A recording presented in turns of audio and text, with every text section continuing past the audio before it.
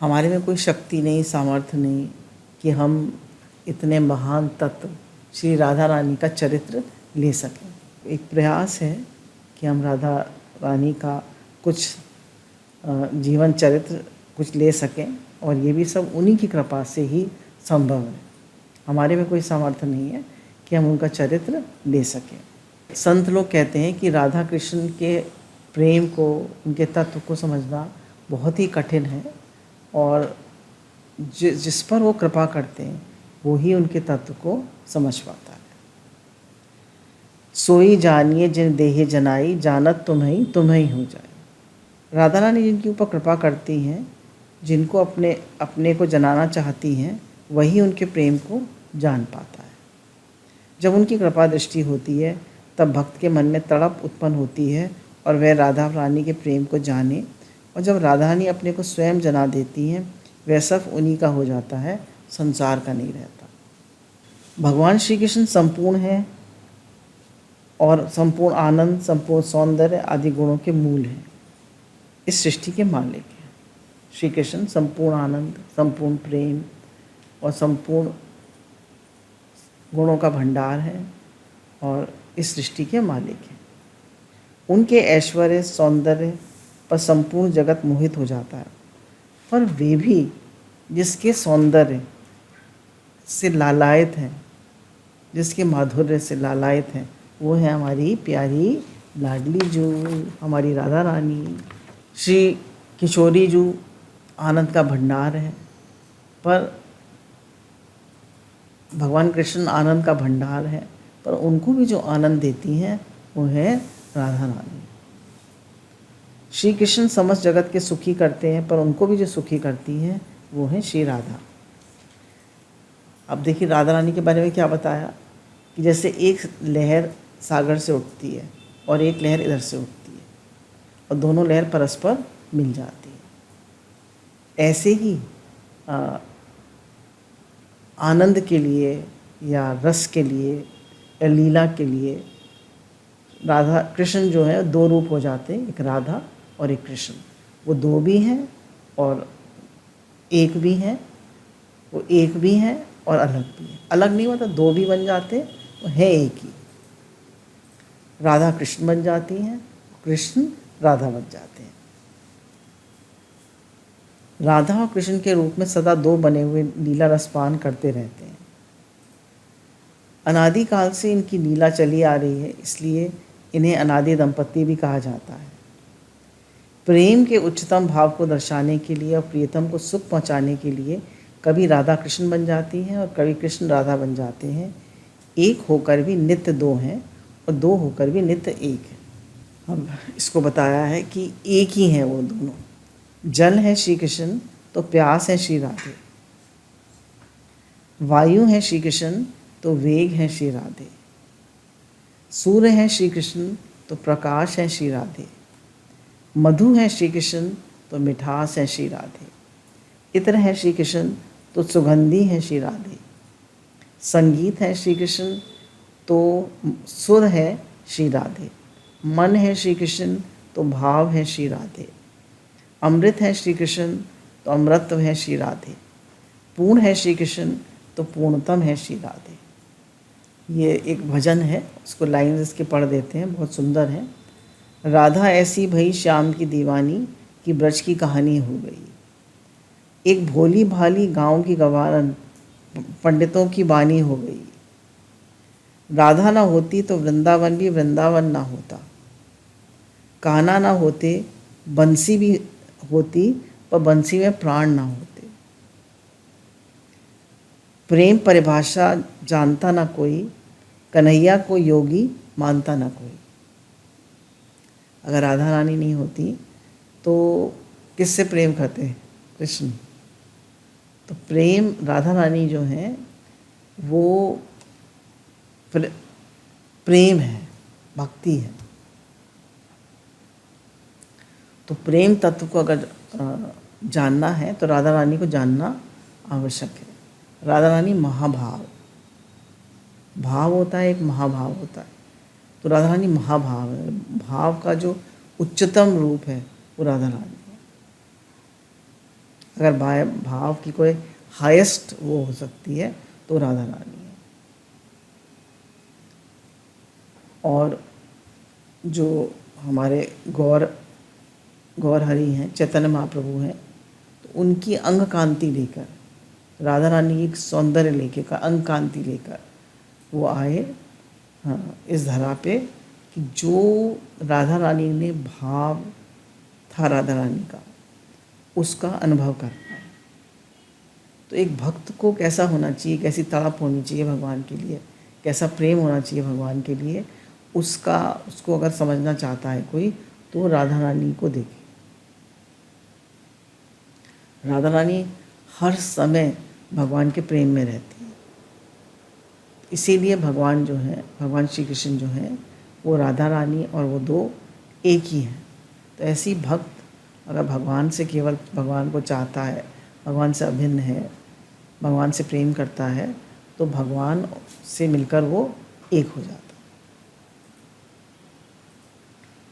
प्रेम भरे परिभाषा जानता न कोई, कन्हैया को योगी मानता न कोई। बिना परिणय के वो प्रेम की पुजारन, कान्हा की पटरानी हो गई।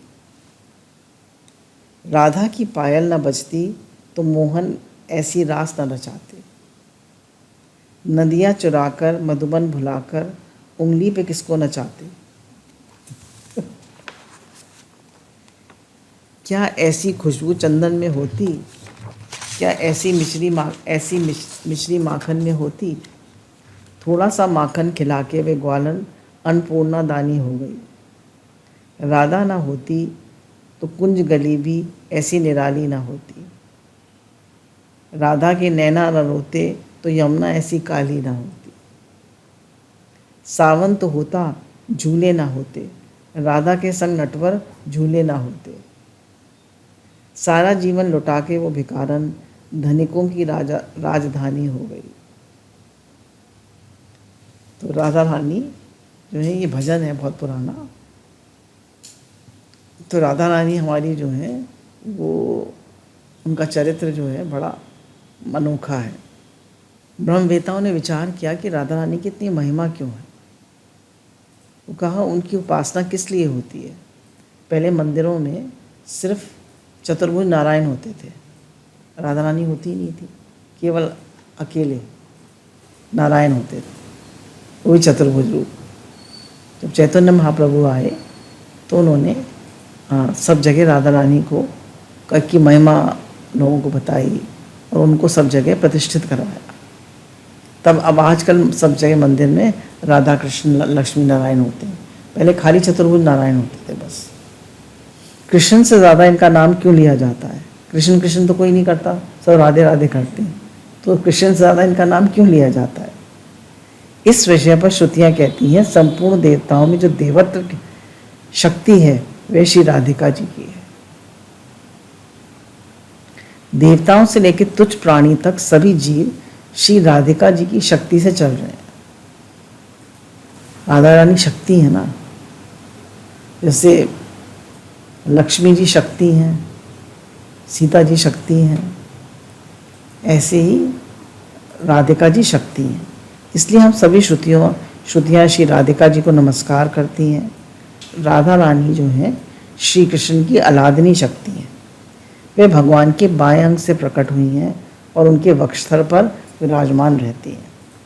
संपूर्ण विश्व के संचालक श्री कृष्ण एकांत में अत्यंत प्रेम से उन्मत्त होकर जिनकी पदधूलि अपने मस्तक पर धारण करते हैं और जिनके प्रेम में निमग्न होकर उनके हाथ से वंशी भी गिर जाती है एवं बिखरी अलकों का भी उन्हें भान नहीं रहता, तथा सदा भंवरे की भांति जिनके प्रेम के वश में रहते हैं, उन श्री राधिका जी को हम नमस्कार करते हैं। भक्त के वश में होते आए भगवान, है ना। तो भगवान तो भक्त के वश में है और राधा रानी जो है वो महाभाव से बचती हैं उन्हें, इसलिए भगवान जो है उनके पीछे पीछे घूमते हैं।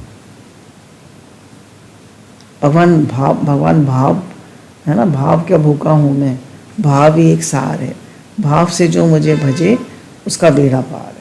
संपूर्ण जगत का आश्रय है श्री कृष्ण, पर श्री कृष्ण जिनका आश्रय है वो हैं राधा रानी। अब उनको रास रचाना था तो भगवान ने किससे परमिशन ली? राधा रानी से। तब उन्होंने रास रचाया। श्री कृष्ण की आराधना करती हैं इसलिए राधिका, और श्री कृष्ण की आराधना करते हैं इसलिए ये राधा नाम से प्रसिद्ध है। कृष्ण को इच्छा हुई स्वयं से प्रेम करने की, प्रेम के उच्चतम महाभाव को महसूस करने की, स्वयं की आराधना करने की, इसलिए राधा अवतरित हुई। तो वो भी चाहते थे मैं किसी से प्रेम करूं, और अकेले किससे प्रेम करूं? तो उन्होंने प्रेम करने के लिए राधा रानी को अवतरित किया। तो राधा रानी क्या है? भक्ति है, प्रेम है, उच्चतम भाव है, महाभाव है। भगवान शंकर देवी पार्वती से कहते हैं, प्राचीन काल में गोलोक स्थित परम रम्य वृंदावन के रास मंडल में जो मालती व मल्लिका पुष्पों के वन से घिरा हुआ है, वे एक सुंदर रत्नमय सिंहासन पर जगदीश्वर भगवान श्री कृष्ण विराजमान थे। उसी समय उनके हृदय में रमण की उत्कंठा जागी।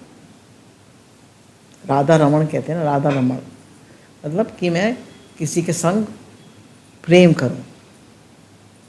उनकी इस इच्छा से प्रतिमूर्तिमती होकर देवताओं की स्वामिनी श्री राधा के रूप में प्रकट हो गई। बोलिए लाडली सरकार की जय, गोलोक ईश्वरी की जय, राधिका रानी की जय। इसमें आश्चर्य की कोई बात नहीं, क्योंकि उन स्वेच्छा में प्रभु की इच्छा संकल्प से ही सब कुछ होता है। वे जगदीश्वरी भगवान श्री कृष्ण के दो रूपों में विभक्त हो गए। इनका दाहिना अंग श्री कृष्ण के रूप में स्थित हो गया और बायां अंग श्रीमती राधा के रूप में। दो में विभक्त हो गए ना, एक राधा बन गई और एक कृष्ण। अत्यंत लुभावने प्रियतम श्री कृष्ण को देखकर श्री राधा रानी उनके पास दौड़ी आई। इसलिए पार्वती जी कहती हैं राधा नाम से विख्यात हो। श्री राधा श्री कृष्ण की सेवा करती हैं और श्री कृष्ण राधा को रिझाते हैं।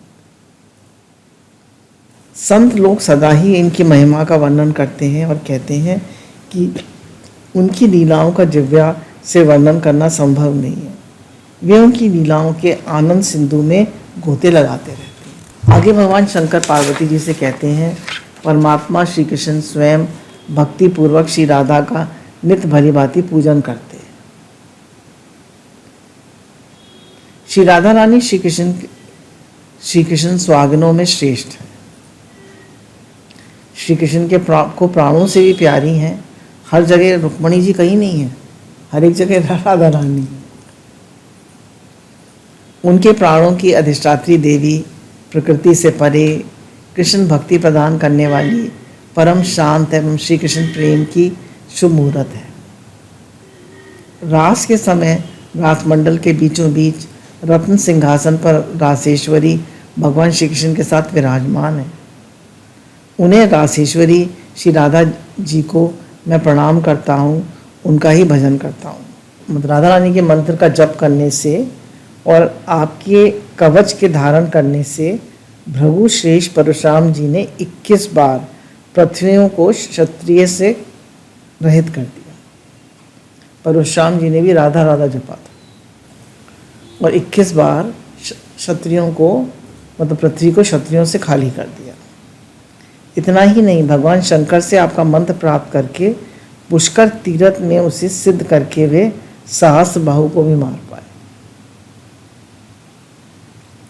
प्रत्येक कल्प में जब जब भगवान अवतार लेते हैं तब तब श्री कृष्ण भी आपके पति होते, तब आप श्री कृष्ण आपके पति होते हैं।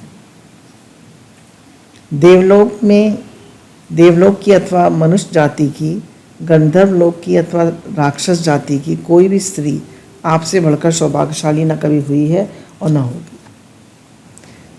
संस्कृत साहित्य में श्री राधा किशोरी यदि किसी पर अपनी कृपा दृष्टि डाल दें तो तीनों लोगों के संपूर्ण वैभव ही नहीं, मुक्ति भी उसकी दृष्टि में तुच्छ हो जाती है। उसे मुक्ति की भी परवाह नहीं रहती। आजकल बहुत लोग राधा राधा राधा राधा जपते हैं। अगर जपना है तो श्री राधे या राधा राधा राधा राधा राधा। ऐसा वक्त राधा नाम के आनंद सागर में विलीन होता है और इन्हीं का हो जाता है। इस जगत से उसका कोई संबंध नहीं रहता। तभी बरसाने के रसिक गाते हैं, ये संतों का प्रेम नगर है, यहाँ संभल कर आना जी। ये पागलों का प्रेम नगर है, यहाँ संभल कर आना जी। मनुष्य यदि प्रतिदिन राधा नाम का जप करे और उनका आश्रय ग्रहण करे तो करोड़ों साधनों से श्रेष्ठ है कि वो तो ये करोड़ों साधनों से श्रेष्ठ है। अपने करोड़ों पुण्य व श्रेष्ठ पुरुषार्थ को श्री राधा के चरण कमलों में अर्पण कर देना चाहिए। स्वयं श्री राधा की तो बात ही क्या है, उनके चरण सेविकाओं के चरणों पर भी करोड़ों अद्भुत सिद्धियां लौटती रहती हैं, किंतु वो इनकी ओर ताकते तक नहीं। राधा रानी की अनेक सखियां हैं, तो उनकी सखियां जो हैं वो उनका काया व्यू है, मतलब उन्हीं का रूप है श्री राधा रानी का, और वो सब राधा रानी की सेवा में रहती। कह रहे उनके राधा रानी के क्या, उनकी सखियों के भी चरणों में सारी सिद्धियां लौटती, पर वो उनकी ओर ताकती भी नहीं, वो तो सिर्फ राधा रानी की ओर ताकती। राधा रानी के 25 गुण जिसके कारण सदा कृष्ण उन पर रीझे रहते हैं। 25 गुण राधा रानी के सुनिए। मधुरमा, वे अत्यंत मधुर स्वभाव वाली है।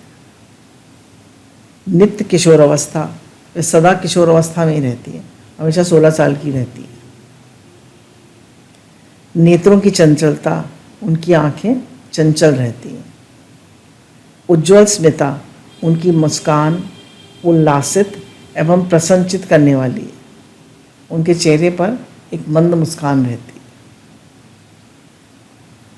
सुंदर सौभाग्य रेखा, उनके शरीर पर यानी हाथों पैरों पर सुंदर शुभ रेखाएं अंकित है। गंधोन्मति माधव, वे अपनी शारीरिक सुगंध के द्वारा कृष्ण को प्रसन्न करती हैं और उनकी जो सुगंध है वो 3 कोस तक फैली रहती है। एक कोस कितना होता है? 5 किलोमीटर, 15 किलोमीटर तक उनकी सुगंध फैली रहती है। संगीत शास्त्र में निपुण, संगीत शास्त्र में निपुण है, सब वाद्य यंत्र बजा लेती हैं और इतना अच्छा गाती हैं, और कहते हैं कि कृष्ण ने मुरली बजाना भी उन्हीं से सीखा, राधा रानी से। नृत्य इतना अच्छा करती हैं, कृष्ण को भी हरा देती हैं। रम्य वाक, उनकी वाणी बड़ी मनोहरी है, प्रेम से बोलती हैं। नरम पंडिता, परिहास में निपुण है, हंसी मजाक व विनोदपूर्ण बातें करने में बहुत निपुण है। हर समय ऐसे हम तो देखते हैं ना, राधा रानी रो रही हैं भगवान के प्रेम में, तो वो सब प्रेम में सब चलता है। थोड़ा हंसी विनोद, थोड़ा झड़क झड़काना, थोड़ा लड़ाई झगड़ा, सब चलता है। खाली प्रेम ही थोड़े ना होता है, सभी कुछ होता है प्रेम में। तो रूठना मनना, तो राधा रानी हर बात में एक्सपर्ट है। नरम पंडिता, अच्छा विनीता, श्री राधा रानी विनम्र स्वभाव वाली है। करुणामयी है, अपने अशरणों के प्रति भी करुणा बरसाने वाली है। विदग्धता, वे बहुत चतुर है। कर्तव्य कुशलता, अपने कर्तव्य में परम कुशल है। जब वो छोटी थी तो जो वो थी पूर्णमासी पंडितानी थी, वो नहीं, वो पंडितानी नहीं थी, उनकी शायद वो थे ना ऋषि बड़े, शांडल्य ऋषि। शांडल्य ऋषि की पत्नी थी पूर्णमासी। तो वो आया करती थी, तो एक बार उन्होंने उनसे कहा यशोदा जी से कि इनको राधा रानी के हाथ का अगर कृष्ण रोज प्रसाद पाएंगे तो ये बलिष्ठ हो जाएंगे। तो राधा रानी रोज पूर्णमासी के साथ उनके यहाँ प्रसाद बनाने आती थी। तो ये अपने कर्तव्य में परम कुशल है। लज्जाशीलता, अत्यंत लज्जाशील है। सुमर्यादा, उनका आचरण सदा मर्यादित होता है। धैर्य, सदा धैर्य धारण करती है। गंभीर्यशालिनी, वे सदा गंभीर रहती हैं। सुविलासिता, ये जीवन को आनंदित होकर जीती है। महाभावा, वे प्रेम के सर्वोच्च भाव में रहती हैं। गोलोक प्रेमिका, वे श्री कृष्ण की गोलोक नगरी में अत्यंत प्रेम करने वाली हैं। जगत श्रेणियशा, जिनका यश संपूर्ण जगत में फैला हुआ है। गुरु स्नेहा, गुरुजनों के प्रति श्रद्धा पर प्रेम रखती हैं। सखियों के प्रेम की परवशता, सखियों के प्रेम में वश रहती हैं। उनकी अष्ट सखियाँ हैं, उनके साथ बहुत प्रेम से रहती हैं। वे कृष्ण की सर्वाधिक प्रिया हैं। अश्व केशवा, वे कृष्ण को सदा अपने वश में रखने में समर्थ हैं। बोलिए विश्वानु नंदिनी की जय। अब हम राधा रानी का जो जन्म उत्सव है, तो राधा रानी का अवतरण बरसाना गांव है। वृषभानु और कीर्तिदा का घर है। दोनों ने 12 वर्ष तक ब्रह्मा जी की तपस्या की और ब्रह्मा जी ने खुश होकर वरदान दिया। द्वापर के अंत में स्वयं श्री राधा तुम दोनों के घर पुत्री रूप में जन्म लेगी। वह शुभ मुहूर्त आया। भाद्रपद की शुक्ल अष्टमी है। वृद्ध गोपियां कीर्तिदा के को घेरे बैठी हैं। अचानक प्रसूति गृह में एक ज्योति फैल गई। इतनी तीव्र ज्योति कि सभी ने नेत्र बंद हो गए। उसी समय कीर्तिदा ने प्रसव किया। अद्भुत ज्योति निकली। उससे पूर्व की कीर्तिदा और अन्य गोपियों के नेत्र खुलते उस ज्योति के स्थान पर एक बालिका प्रकट हो गई। प्रसूति गृह इस बालिका के रूप सौंदर्य के प्रकाश से प्रकाशित हो गया। कीर्तिदा ने देखा इतनी सुंदर बालिका हुई है। उन्होंने मन ही मन 2 लाख गाय दान करने का संकल्प कर लिया। गोपियों ने बाहर झांककर देखा, दिव्य पुष्पों का ढेर लगा हुआ था। वास्तव में देवगण पुष्पों की वर्षा कर रहे थे। नदियों की धारा निर्मल हो गई थी। आकाश स्वच्छ हो गया था। दिशाएं प्रसन्न हो उठी थी। शीतल मंद पवन बहने लगी। सारी प्रकृति राधा रानी के आगमन की खुशी में नाच रही। श्री कृष्ण के जन्मोत्सव पर जो रस धारा प्रवाहित हुई, उससे दुगने रूप में राधा रानी के जन्म पर राधा रस धारा उमड़ पड़ी। बालिका का नाम रखा गया राधा। राधा नाम का महत्व पार्वती जी को भगवान शंकर बताते हुए कहते हैं, राह अक्षर के उच्चारण से भक्त लोग परम दुर्लभ मुक्ति लाभ करते हैं। और धा राधा अक्षर के उच्चारण से वे श्री कृष्ण के धाम गोलोक में दौड़कर पहुंच जाते हैं। राधा, राधा नाम से मुक्ति प्राप्त होती है। कृष्ण प्रेम प्राप्त होता है, आनंद प्राप्त होता है, शांति प्राप्त हो जाती है। जिस पर उनकी कृपा होती है, परम धाम उनके हाथ लग जाता है। जो राधा जी को की अवहेलना करके श्री कृष्ण की आराधना करना चाहता है, वह महामूर्ख है। तभी कहते हैं अगर जपना है छोटा मन तो श्री कृष्ण जपो। श्री कृष्ण, राधा राधा राधा राधा जप सकते हो, या श्री कृष्ण। श्री माने राधा और कृष्ण कृष्ण ही। अब राधा देव ऋषि नारद जो हैं, उन्होंने कहा कि हमारे भगवान श्री कृष्ण का तो अवतार हो चुका है, कहीं ना कहीं गोलोकेश्वरी वृषभानु नंदिनी का भी अवतार हुआ होगा। तो गली गली घूम रहे हैं वो कि कहाँ है कहाँ है। तो योग माया ने उनका जो ज्ञान है वो ढक लिया है। तभी वो वृषभानु के घर के आगे पहुंचते हैं। तो वृषभानु जो हैं वो भागे भागे आते हैं और उनसे कहते हैं कि उनको प्रणाम करते हैं और फिर कहते हैं, देव ऋषि हमारे यहाँ एक पुत्री ने जन्म लिया। वो सुंदर तो इतनी है कि कोई देव कन्या से भी सुंदर, मानो पृथ्वी पर कोई देव कन्या उतर आई हो। पर आश्चर्य की बात है कि वह अपनी आंखें बंद रखती है। हम लोगों की बातें भी उनके कान में प्रवेश नहीं करती। अब राधा रानी क्या बता रही है कि सिर्फ कृष्ण को देखो, कृष्ण की बात सुनो, इधर उधर की बातें ना करो ना सुनो। उन्मादनी सी दिखती है, इसलिए भगवान मेरी उसकी प्रार्थना है कि आप एक दृष्टि उस पर डाल दें। नारद जी विश्वभानु के पीछे पीछे अंतःपुर में गए जाते हैं। देखा स्वर्ण निर्मित सजीव प्रतिमा पालने में लेटी है। दौड़कर बालिका को गोद में उठा लिया। उनके प्राणों में अद्भुत प्रेम का संचार हो जाता है।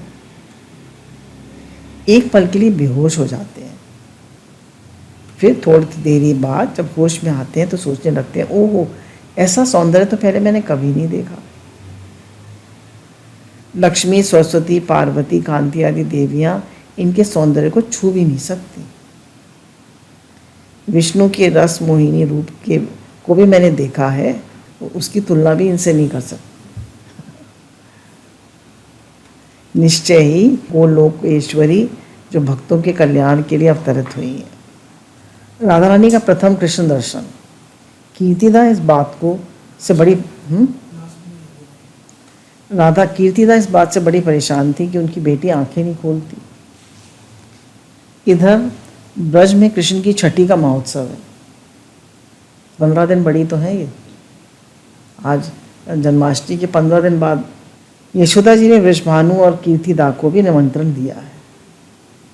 राधा रानी कृष्ण से 11 महीने 15 दिन बड़ी हैं। अपनी माँ की गोद में आज पहली बार अपने प्रियतम के घर आई हैं। कन्हैया पालने में लेटे हैं। राधा रानी अपनी माँ की गोद से उतरकर घुटने घुटने चलती हुई कन्हैया के पालने के पास पहुंच जाती है।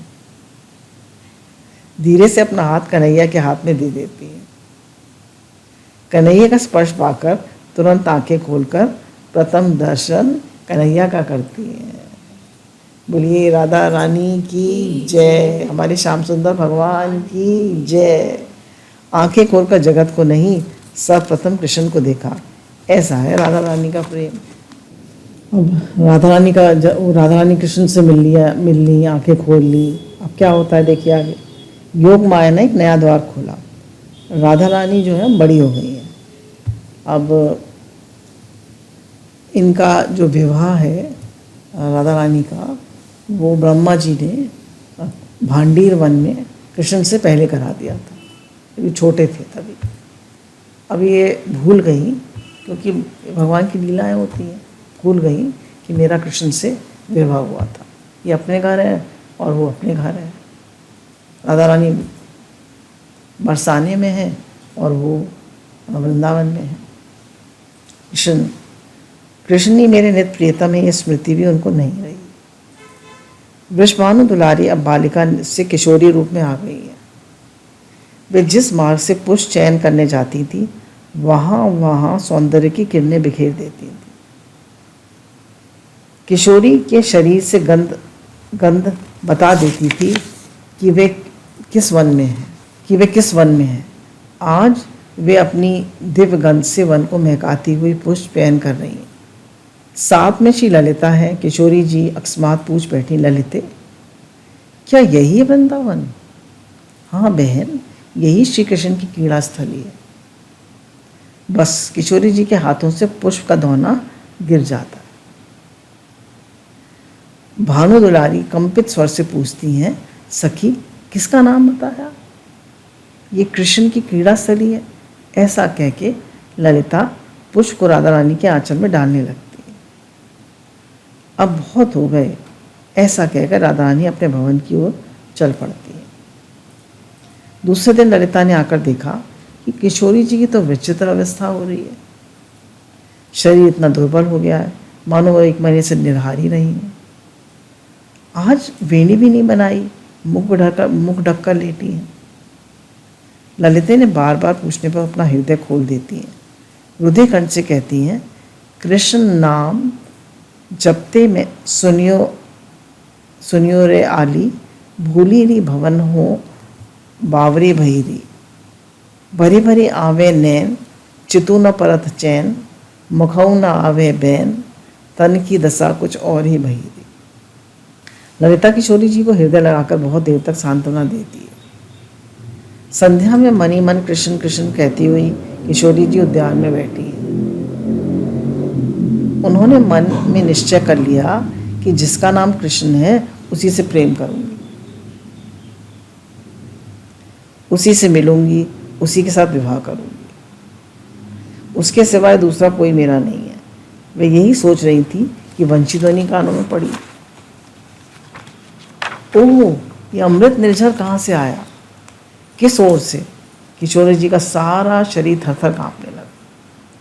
इस प्रकार से सर्दी की में किसी ने ठंडा पानी डाल दिया। कानों पर हाथ लगा के मैं नेत्रों से वन की ओर देखने लगी। विस्मित हो दूर से ललिता किशोरी जी की ये दशा देख रही थी। वे दौड़कर समीप आती और पूछती है, मेरी लाडली बहन, तुझे क्या हुआ? लाडली जी बोली, उस कदम वृक्ष के पीछे न जाने कैसी ध्वनि आई जो मेरे कानों में अमृत घोल गई। भगवान भी शैतानी कर रहे हैं ना, छेड़छाड़ कर रहे हैं। ललिता ने कहा, बावरी, ये तो वंशी ध्वनि थी। किशोरी जी बोली, अच्छा, ये किसका वंशी नाद था? और फिर पुनः मूर्छित हो गई। विशाखा से अपनी सखी की दशा देखी नहीं जा रही थी। उसने कृष्ण का चित्र राधा रानी के सामने रखकर कहा, इस आशा से कृष्ण का नाम सुनकर, वंशी ध्वनि सुनकर इतनी व्याकुल हो रही है, चित्र देख के उन्हें सांत्वना मिलेगी। अब वंशी ध्वनि भी सुन ली, कृष्ण नाम भी सुन लिया, अब चित्र भी देख लिया। किंतु ये क्या, चित्र देख के तो उनकी व्याकुलता और बढ़ गई। चित्र हाथ में लिए किशोरी जी एकटक उसे देखती रही। आंखों से झरझर अश्रु प्रभावित हो रहे।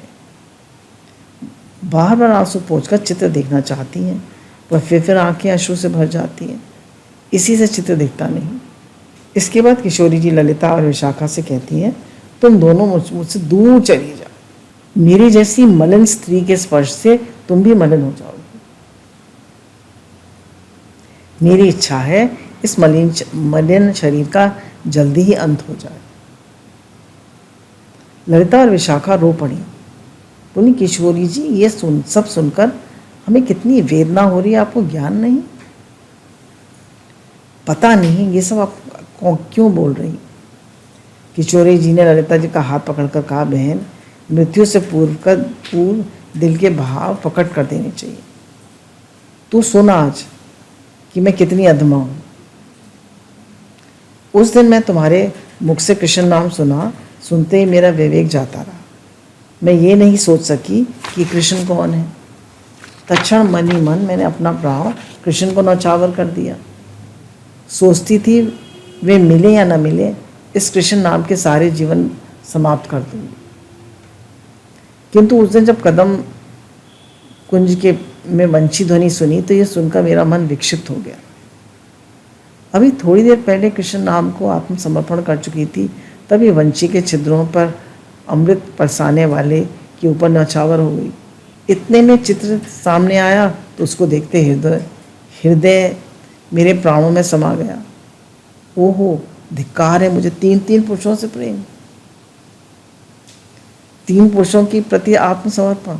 ऐसा कहकर मैं सुबक के रोने लगी। ललिता और विशाखा को सारी बात समझ में आ गई। वे उल्लास से भरकर बोली, किशोरी, तू भी अजब बावरी है। हम नहीं जानती थी कि तू इतनी सरला है। अरे, कृष्ण नाम, वंशी ध्वनि व चित्र तीनों एक ही व्यक्ति के हैं। विरह से व्याकुल श्री जी ने लज्जा त्याग कर श्री कृष्ण को पत्र लिखा, किंतु पत्र के उत्तर में निराशा ही मिली। भगवान भी बहुत शैतान है। किशोरी का हृदय चूर चूर हो गया। प्रीतम श्री कृष्ण मुझे इस शरीर से मिलेंगे, आशा खत्म हो गई। अब बस एक आस, एक प्यास रह गई कि जीवन में नहीं मिले तो जीवन के उस पार मिल जाए। किशोरी जी ने अपना शरीर त्यागने का निश्चय कर लिया। भरे हुए गले से ललिता से बोली, अपने हृदय को पर पत्थर रख लो बहन। अपनी अंतिम वासना तुझे सुना रही है। वह तमाल का वृक्ष है ना, इससे मेरा शरीर ऐसे करके लिपटा देना, क्योंकि मेरे प्रीतम कृष्ण जो है ना वो सामले है ना, इसलिए। किशोरी जी ने नेत्र बंद कर लिए, उनके अंग शिथिल पड़ गए, वे वहीं बैठ गई। आओ प्रियतम, प्राणेश्वर आओ, स्वामी आओ, मेरे नाथ आओ, एक बार अपनी इस दासी के ध्यान में उतर आओ, दासी का अंतिम मनोरंजन पूर्ण कर दो।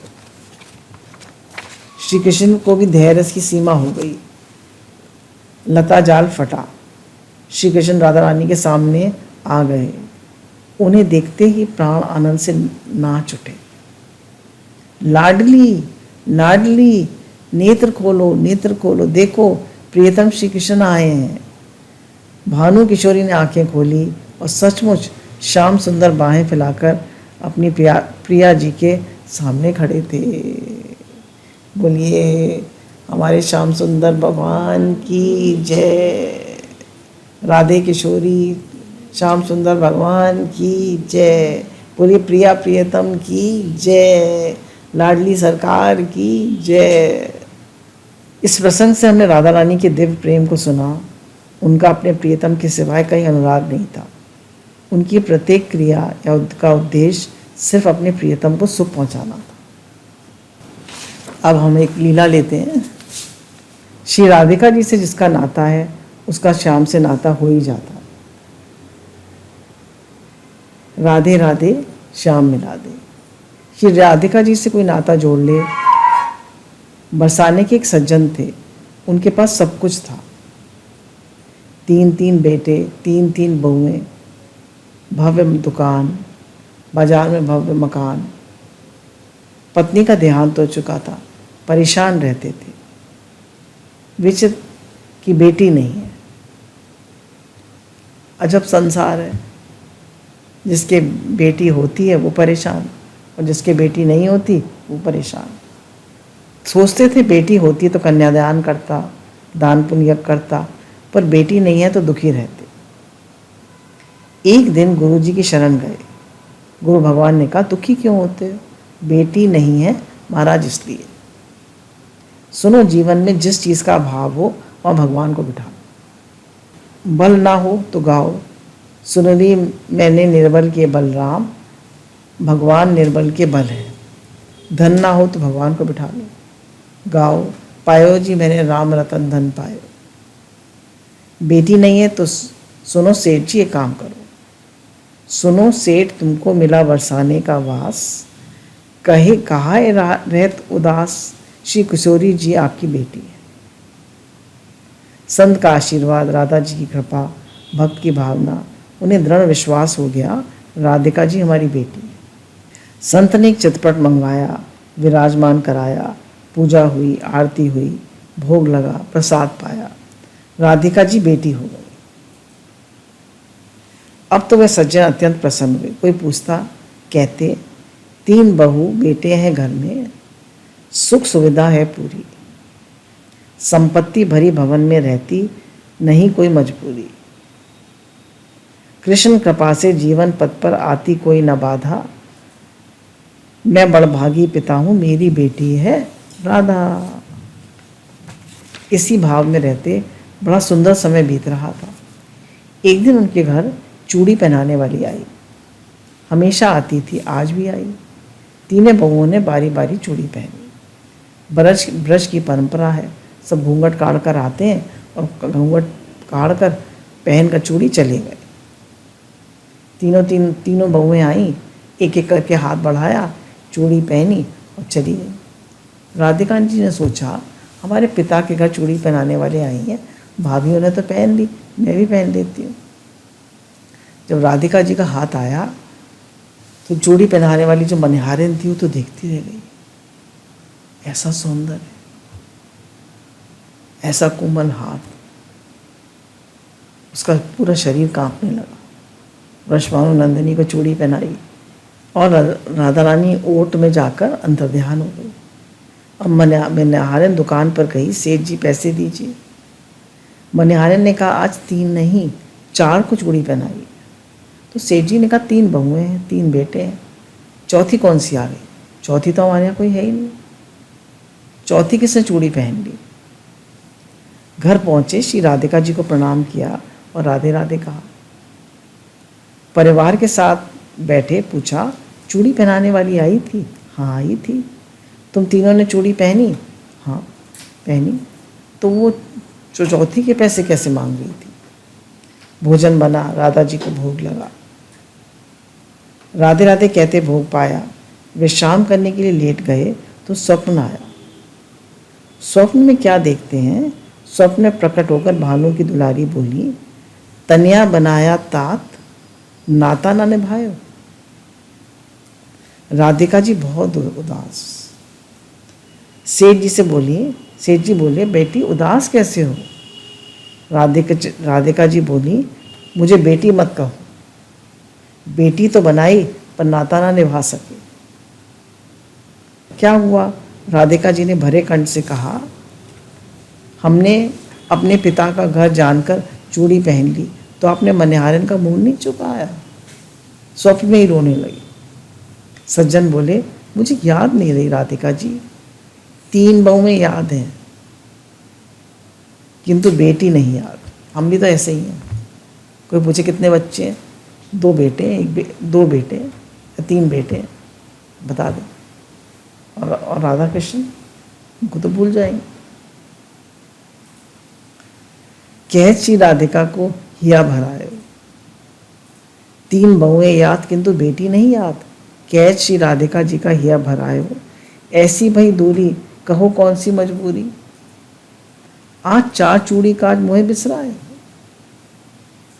सज्जन जाग गए, आंसू निकल रहे थे।